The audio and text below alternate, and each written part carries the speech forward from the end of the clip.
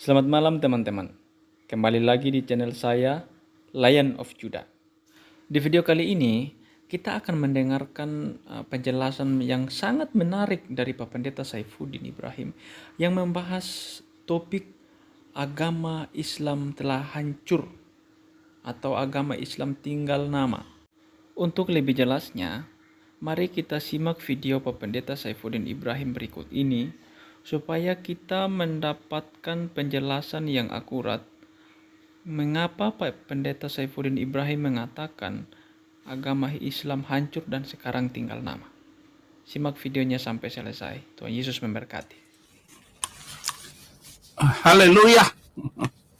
Salam saudara-saudara. Luar biasa.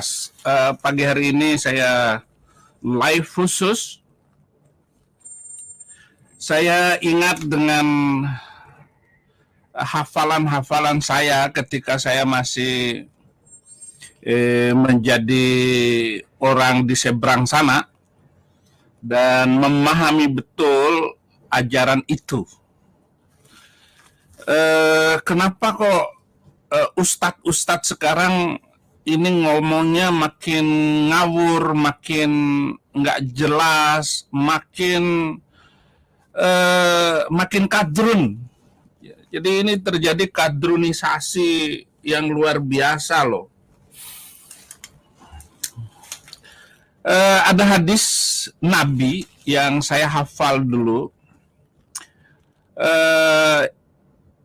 Ya'til Islam ghoriban fasayaudu ghoriba. Islam itu datang dengan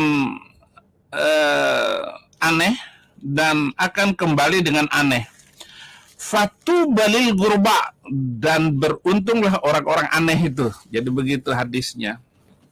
Karena Islam itu datang dengan keanehan, artinya orang nggak suka dengan Islam dan berakhir dengan ketidaksukaan terhadap agama itu. Mungkin sekarang inilah keanehan-keanehan itu. Misalnya jidatnya mulai hitam, kemudian kakinya kapalan, pakai celana gantung, atau harus pelihara jenggot. Jenggot, ya kalau jenggotnya lebat sih nggak apa-apa. Ini jenggot 5 lembar. Jenggot 5 lembar dipelihara. Itu namanya jenggot Pancasila. Ya tapi itu hak semua orang untuk menikmati keyakinannya dan menikmati ajarannya. Kita tidak perlu masuk ke situ. Tetapi saya ingat hadis yang diucapkan beliau, dan itu terkenal sekali. Hadis yang Ya'til Islam ghoriban fasayaudu ghoriba fatu balil ghorba. Islam datang dengan keanehan dan akan musnah, akan hancur karena keanehan itu, dan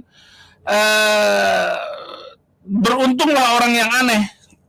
Saya nggak mau jadi orang aneh walaupun saya untung. Nah, saudara-saudara, misalnya Ustadz Abdul Somad mengharamkan ulang tahun, ternyata dia makan sendiri omongannya. Apa yang dia haramkan itu sekarang karena punya istri baru, ulang tahun, ya potong tumpeng. Selamat kafir, selamat ulang tahun, kami ucapkan. Selamat kafir, kami ucapkan. Punya istri baru. Bukan masalah dia punya istri baru atau tidak, tetapi cara omong dan mengambil keputusan di dalam pembicaraannya, dia melangkahi apa yang telah dia ucapkan. Dia menentang apa yang telah diucapkannya. Dia melanggar sendiri ucapannya sendiri. Apakah karena kebiasaan itu gitu? Saya juga nggak tahu ya. Ada ustadz macam begini. Nah, ustadz-ustadz ini akan menghancurkan Islam. Saya ingat dengan Rashid Ridha Muhammad Abduh, dia bilang al-Islamu mahjubun bil muslimin. Islam itu dihancurkan oleh orang Islam itu sendiri. Yang merusak Islam itu ya orang Islam itu sendiri. Nah, saya bersyukur gitu. Saya sebagai orang Kristen ya saya senang-senang aja. Saya ketawa-ketawa aja, tepuk tangan malah. Karena dengan omongan semacam itu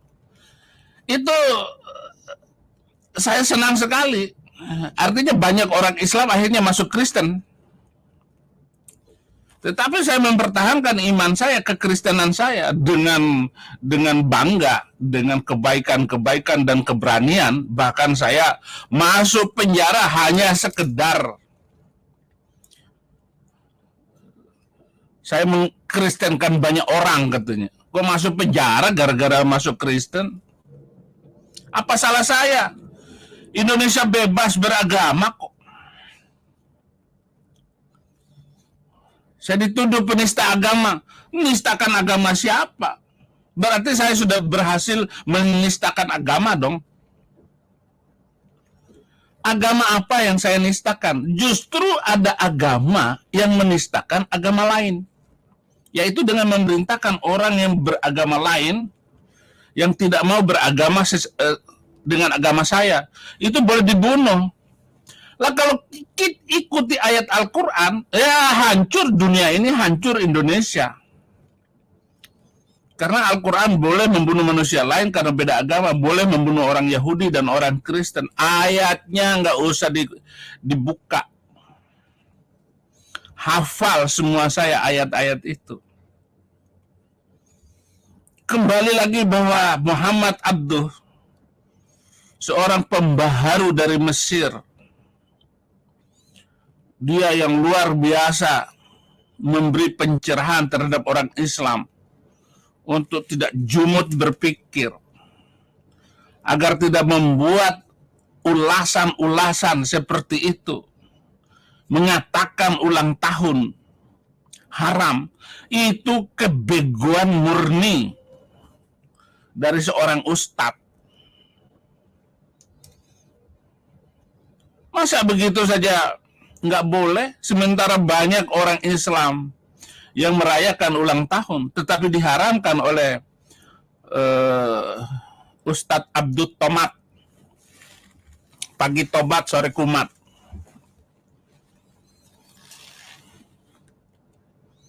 Inilah jumud berpikir yang membuat Islam itu semakin jatuh dan semakin melorot. Tetapi bagi saya seorang Islam, orang Kristen ya senang-senang saja. Karena dengan komentar-komentar kayak begitu, itu akan membuat agama itu akan sampai kepada titik paling rendah di Indonesia ini. Saya senang belaka, saya gembira juga.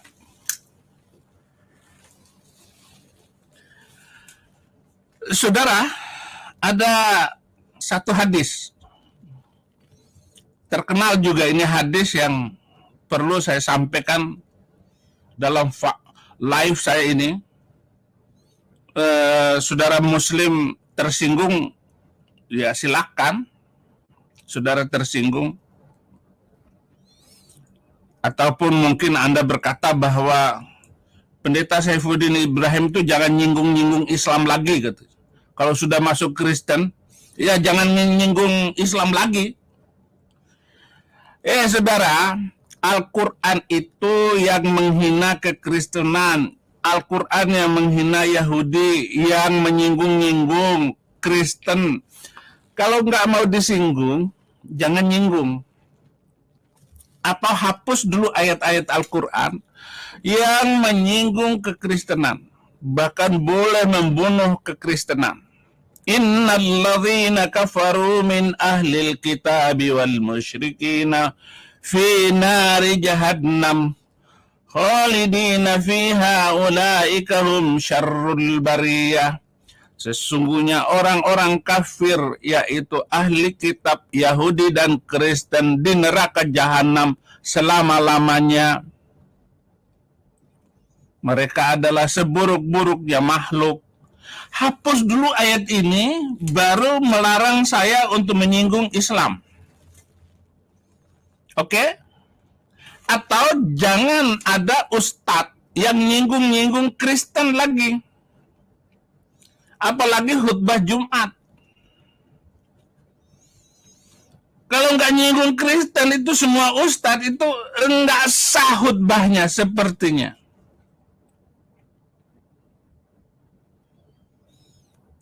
Di surat pertama saja di dalam Al-Fatihah, ihdinas siratal mustaqim, tunjukilah kami ke jalan lurus. Siratal ladzina an'amta alaihim, yaitu jalan yang penuh kenikmatan dalam kurung Islam. Ghairil maghdub dalam kurung Yahudi, yaitu jalan yang terkutuk dalam kurung Yahudi. Waladhalin sesat dalam kurung Kristen. Itu di surat pertama dalam Al-Quran, itu tafsirnya semua begitu. Hapus dulu dong. Hanya orang Islam kan nggak tahu. Hafal doang tapi nggak ngerti maksud. Bahkan tafsirnya nggak tahu. Asal ngomong aja. Tapi itu menghina, penghinaan. Jangan menghina dulu kalau nggak mau dihina. Nah, saya kembali kepada tujuan pagi hari ini saya live. Saya ingat hadis ini, dan hadis ini sudah sudah almarhum Zainuddin MZ juga ceramah tentang hadis ini. Saya tidak tahu siapa yang meriwayatkan hadis ini, tetapi Ustadz Zainuddin MZ mengupas hadis ini dengan luar biasa, dan saya kagum sekali dengan almarhum itu. Ya, karena bintangnya sama dengan saya, orang Scorpio. Haleluya. Kok masih percaya dengan Scorpio, Pak Pendeta? Ya nggak percaya nggak apa. Cerita aja. Nah, hadis ini ada beberapa poin yang dikatakan itu mewakili zaman sekarang ini. Demikian hadisnya, ya'ti 'alan nasi zamanul la yabqa minal islam illasmu. Akan datang suatu zaman Islam tinggal nama. Jadi Islam itu tinggal nama. Namanya contoh Saifuddin Ibrahim, pendeta. Ada juga namanya Muhammad Qasim, penginjil. Junaidi Salat, dia adalah tokoh Kristen terbaik. Sudah almarhum kalau Junaidi Salat. Jadi nama Islam, namun dia sudah tidak Islam lagi. Inilah mungkin yang dimaksudkan oleh Nabi Muhammad, akan datang suatu zaman Islam tinggal nama. Namanya Islam tetapi orangnya sudah meninggalkan Islam. Ada namanya Rusli, pendeta. Ihsan Palopo, pendeta. Itu yang pertama, Islam tinggal nama. Yang kedua, wala minal Qur'an illa rasmuh, dan tidak ditemukan Al-Quran itu kecuali tinggal tulisan. Nggak ada lagi orang yang nggak ada lagi orang yang mau ikut. Nggak ada lagi orang yang mau baca Al-Quran. Ya hafal-hafal. Tadarus. Wah, tinggal MTQ. musabaqah tilawatil Quran, dilombakan bacaannya. Tetapi itu tinggal tulisan, kata Nabi. Kata Muhammad, tinggal tulisan.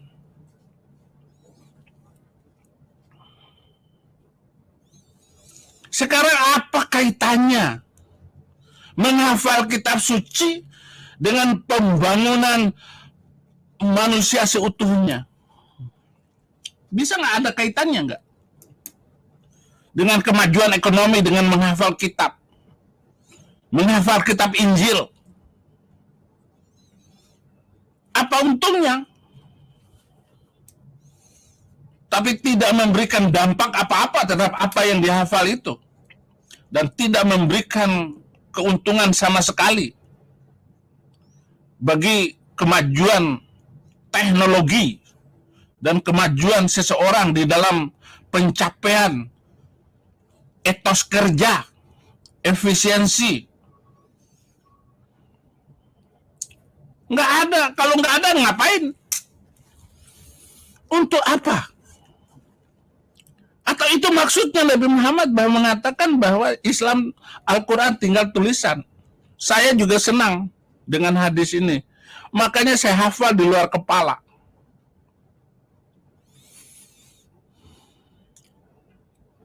Bagaimana dengan begitu? Saya tidak percaya. Bagus apa yang dikatakan oleh Nabi bahwa Al-Quran tinggal tulisan.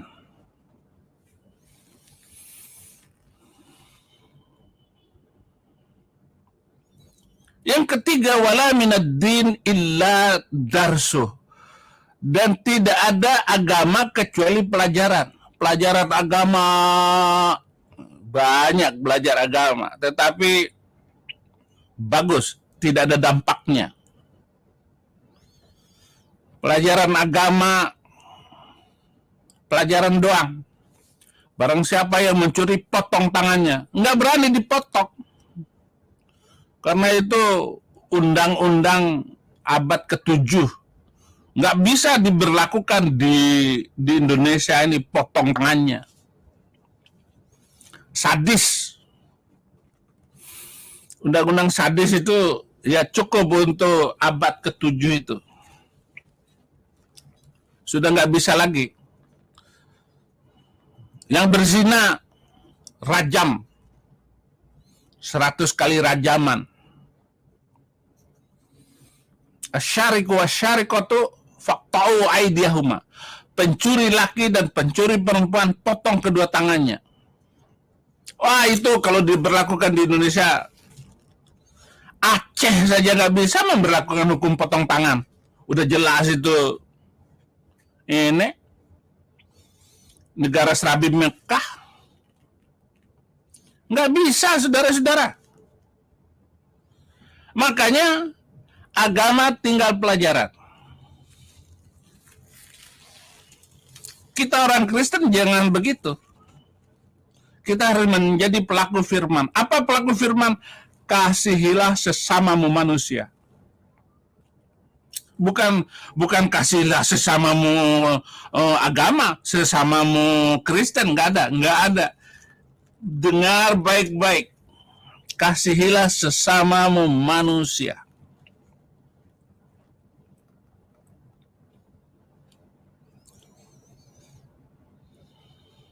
Yang keempat, yu'ammiruna masajidahum kharabun an dzikrillah. Orang-orang yang memakmurkan masjid jauh dari mengingat Allah. Ya ini, sekarang ini. Jauh dari mengingat Allah.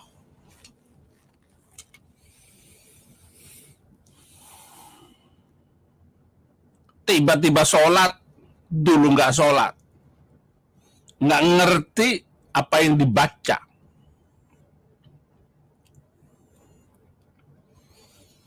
Nggak mengerti apa yang dikatakan.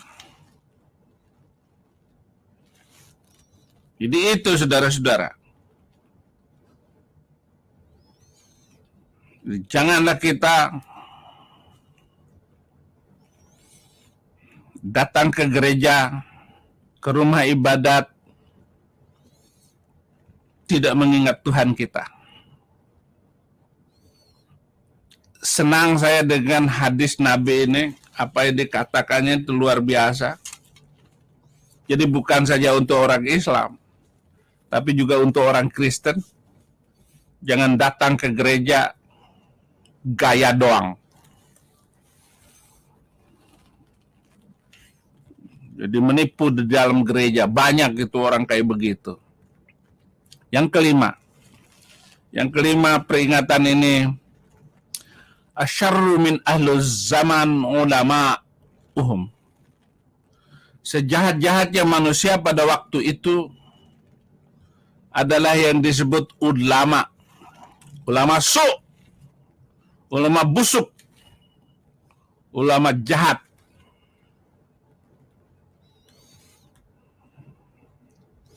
Bulan ini ngomong ini, bulan depan dipengaruhi ngomong uang haji dipakai untuk infrastruktur. Terserah pemerintah daripada nguntungin negara lain. Arab Saudi itu surplus APBN 700 triliun tiap tahun. Itu dari uang haji, saudara. Sementara negaramu sendiri miskin, susah. Saya bilang sama bapak saya dulu, jangan naik haji, ayahku. Biarkan uang itu untuk sekolah adik-adik saya. Biar pintar kayak abangnya. Saya ini dapat sekolah pintar itu karena dapat beasiswa dari Muhammadiyah. Hanya karena keberuntungan. Bukan karena kelebihan. Hanya karena kemurahan Tuhan, karena pilihan Tuhan. Makanya saya bilang sama bapak saya, jangan naik haji. Tapi bapak saya tetap aja naik haji. Saya haji mabrur katanya. Itu bukan haji mabrur, mabur. Mabur itu terbang, haji terbang. Saya bilang gitu. Mabrur bagaimana? Hanya sekedar untuk pakai topi haji, lalu naik haji. Ya tapi saya bangga punya ayah yang luar biasa. Selamat jalan ayahku. Asyarru min ahluz zaman ulama'uhum, sejahat-jahatnya manusia pada waktu itu adalah ulama. Minhum tahrujul fitnah wa ilaihim ta'ud. Dari mulut mereka keluar fitnah dan fitnah itu akan menimpa mereka, akan kembali kepada mereka. Ya sama persis dengan ustadz-ustadz kadrun sekarang ini. Ustadz terkenal. Istrinya hanyalah kendaraan yang harus turun mesin. Nah, itu namanya Ustadz Montir. Rupanya dulu sekolahnya di STM.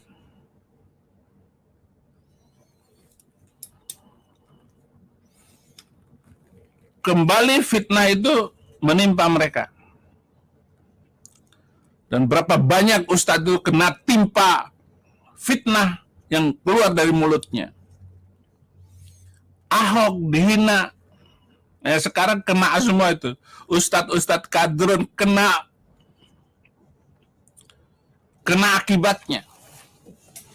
Haleluya. Saudara-saudara. Inilah hadis yang sudah beberapa menit ini. Sudah 19 menit saya sampaikan untuk bahan renungan, baik yang beragama mana saja, ya, agamamu apa saja nggak peduli, pokoknya saya akan membangun NKRI dari hadis-hadis dan juga dari kitab-kitab Injil. Terima kasih. Tuhan Yesus memberkati.